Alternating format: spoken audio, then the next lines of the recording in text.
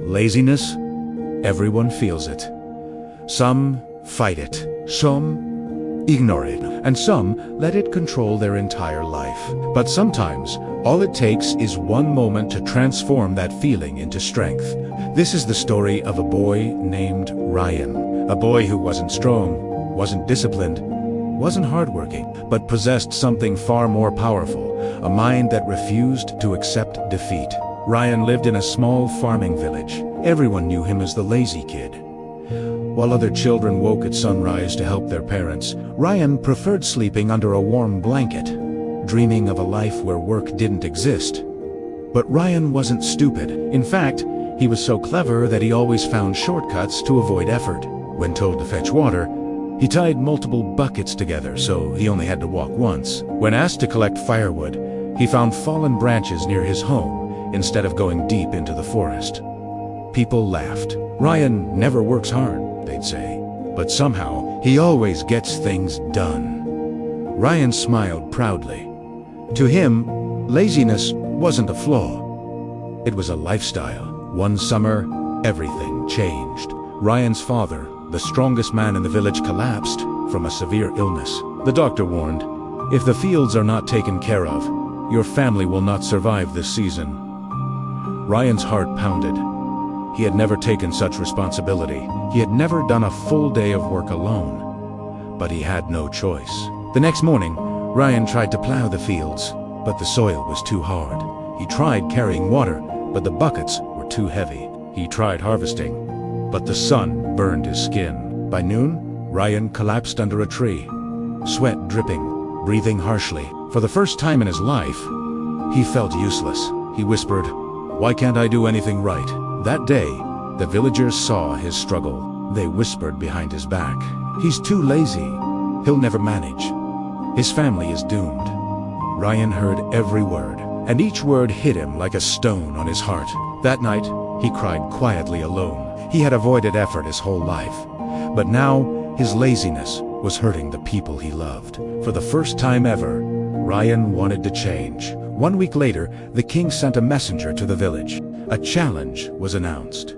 A grand competition will be held. The winner will receive a bag of gold and a chance to serve in the royal palace. For Ryan, this was more than a prize. It was salvation. With day gold, he could pay for his father's medicine, save the farm, and silence the laughter of the whole village. But competitors came from everywhere: strong men, warriors, farmers, athletes. Ryan looked at them and felt small. But then, something lit up in his eyes. "I don't have their strength, but I have my mind." The first challenge was simple. Cross the lake and reach the other side first. Strong competitors jumped in and began swimming with all their might. Ryan didn't. He stood still, thinking. Then, he smiled. He grabbed fallen bamboo from the shore, tied them with vines, and created a small makeshift raft. While others grew tired, struggling against the water, Ryan floated smoothly across. The crowd gasped. The judge announced, "Ryan, first to finish." The laughter from the village stopped. Ryan realized something powerful. I may be lazy, but I'm not helpless. Only 2 finalists remained. Ryan and a large muscular man. The final task was to pull a massive wooden block from one end of the arena to the other. The muscular man grabbed the rope, leaned forward, and pulled with veins popping from his neck. The block barely moved. Ryan stepped forward. He touched the wood. It was heavier than he expected. He knew he couldn't drag it. But he didn't panic. He sat beside the block, held a small knife, and began carving. The crowd murmured, "What is he doing? He's wasting time. He's going to lose." But Ryan kept carving and carving until finally the block became smooth and round, a perfect cylinder. Ryan pushed it gently. It rolled forward effortlessly. The arena exploded with shock. Ryan crossed the finish line while the stronger man struggled behind. He had done the impossible. The king stood up from his throne, impressed. "Young man, you are not the strongest, nor the fastest, but you are the wisest. You used your mind, not your muscles." You outsmarted your laziness and turned it into strength. Ryan bowed deeply, tears filling his eyes.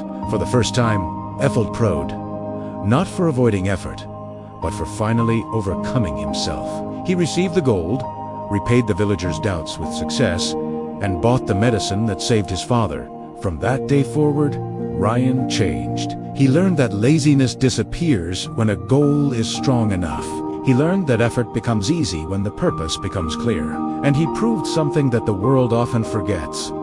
You don't need to be the strongest. You just need to think differently. Sometimes, laziness doesn't mean you lack discipline. It means you lack direction. When you find something worth fighting for, something worth waking up early for, worth sweating for, worth sacrificing for, your laziness melts away. A weak body is not the problem. A weak purpose is discover your purpose and you'll discover your power. Thanks for joining us this journey. If this story resonated with you, please consider liking and subscribing for more content to help you find your peace. We will see you in the next one.